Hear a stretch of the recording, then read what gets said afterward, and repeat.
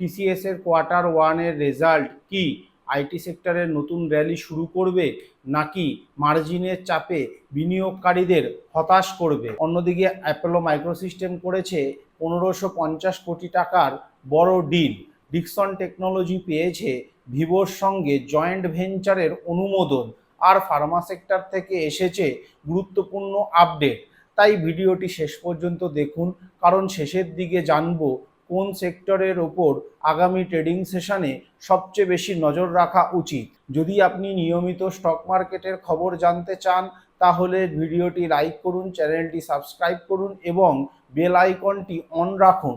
এবার চলুন শুরু করা যাক আজকের সবচেয়ে বড় খবর দিয়ে। টিসিএস এর প্রথম ত্রৈমাসিক ফলাফল এসেছে। কোম্পানিটির কনস্ট্যান্ট কারেন্সি রেভিনিউ 0.4% বৃদ্ধি পেয়েছে।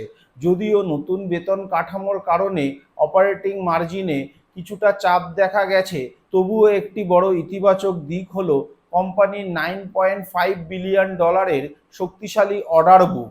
আরও একটি গুরুত্বপূর্ণ বিষয় হলো এআই সম্পর্কিত ব্যবসা থেকে আয় 14% বৃদ্ধি পেয়েছে।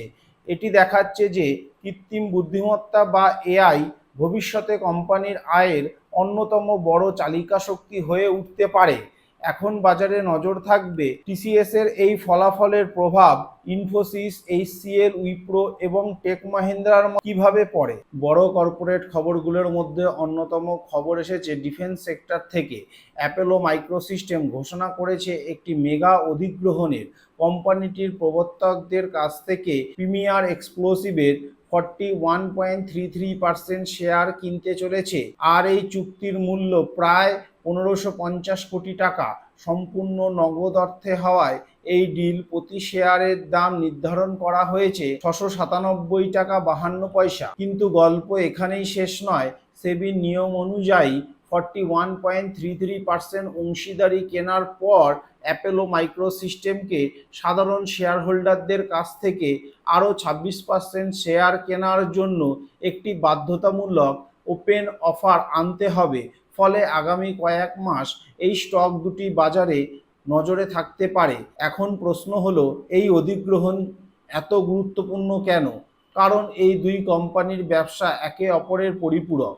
অ্যাপোলো মাইক্রোসিস্টেম কাজ করে অত্যাধুনিক ডিফেন্স ইলেকট্রনিক্স, ইলেকট্রোমেকানিক্যাল সিস্টেম এবং হাইটেক ইঞ্জিনিয়ারিং সলিউশনের ওপর। অন্যদিকে প্রিমিয়ার এক্সপ্লোসিভ তৈরি করে মিসাইলের জন্য সলিড প্রোপোল্যান্ট, রকেট মোটর, বিভিন্ন ধরনের গোলাবারুদ এবং বিস্ফোরক। শুধু তাই নয়, ভারতের মহাকাশ কর্মসূচির গুরুত্বপূর্ণ প্রতিষ্ঠান ইসরোর শ্রীহরিকোটা কেন্দ্রেও এরা পরিষেবা প্রদান করে। এই দুই প্রতিষ্ঠানের দক্ষতা একত্রিত হলে একটি শক্তিশালী ডিফেন্স ও অ্যারোস্পেস প্ল্যাটফর্ম তৈরি হতে পারে। অর্থাৎ একদিকে উন্নত ডিফেন্স ইলেকট্রনিক্স, অন্যদিকে মিসাইল ও রকেট প্রযুক্তি, দুটি একই গ্রুপের অধীনে চলে আসবে। এর ফলে ভবিষ্যতে বড় আকারের সরকারি প্রতিষ্ঠান প্রকল্পে অংশ নেওয়ার সুযোগ আরও বাড়তে পারে। বিশেষজ্ঞদের মতে এই অধিগ্রহণ আত্মনির্ভর ভারত এবং মেক ইন ইন্ডিয়ার উদ্যোগের সঙ্গে সামঞ্জস্যপূর্ণ।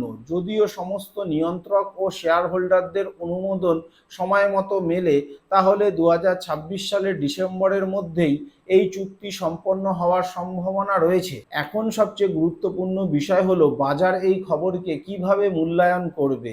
বিনিয়োগকারীরা নজর রাখবেন এই অধিগ্রহণ ভবিষ্যতে কোম্পানির অর্ডার বুক, আয় এবং দীর্ঘমেয়াদী প্রবৃদ্ধিতে কতটা ইতিবাচক প্রভাব ফেলে। আগামী ট্রেডিং সেশনে অ্যাপোলো মাইক্রোসিস্টেম এবং প্রিমিয়ার এক্সপ্লোসিভ এই দুটি স্টকই ওয়াচ লিস্টে রাখা যেতে পারে। নেক্সট আমরা আলোচনা করব ডিক্সন টেকনোলজি এবং ভিভোর জয়েন্ট ভেঞ্চার নিয়ে। এবার আসল প্রশ্ন, এই চুক্তি ডিক্সনের জন্য কতটা বড়? নতুন জয়েন্ট ভেঞ্চারে ডিক্সনের থাকবে 51% শেয়ার, অর্থাৎ পুরো অপারেশনের নিয়ন্ত্রণ থাকবে তাদেরই হাতে।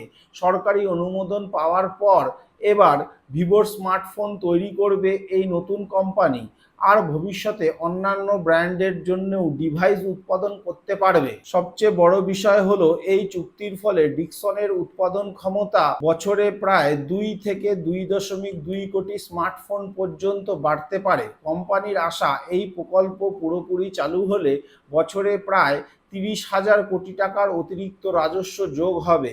তাই অনেক বিশেষজ্ঞদের মতে এই ডিল ডিক্সনের ভবিষ্যৎ প্রবৃদ্ধির জন্য একটি গুরুত্বপূর্ণ টার্নিং পয়েন্ট হতে পারে। এবার আসা যাক ফার্মা সেক্টরের বড় খবর। ডক্টর রেড্ডি এবং টরেন্ট ফার্মাকে ঘিরে যে খবর ছড়িয়েছে তা মূলত তাদের সিমাগ্লুটাইড ইনজেকশনকে কেন্দ্র করে।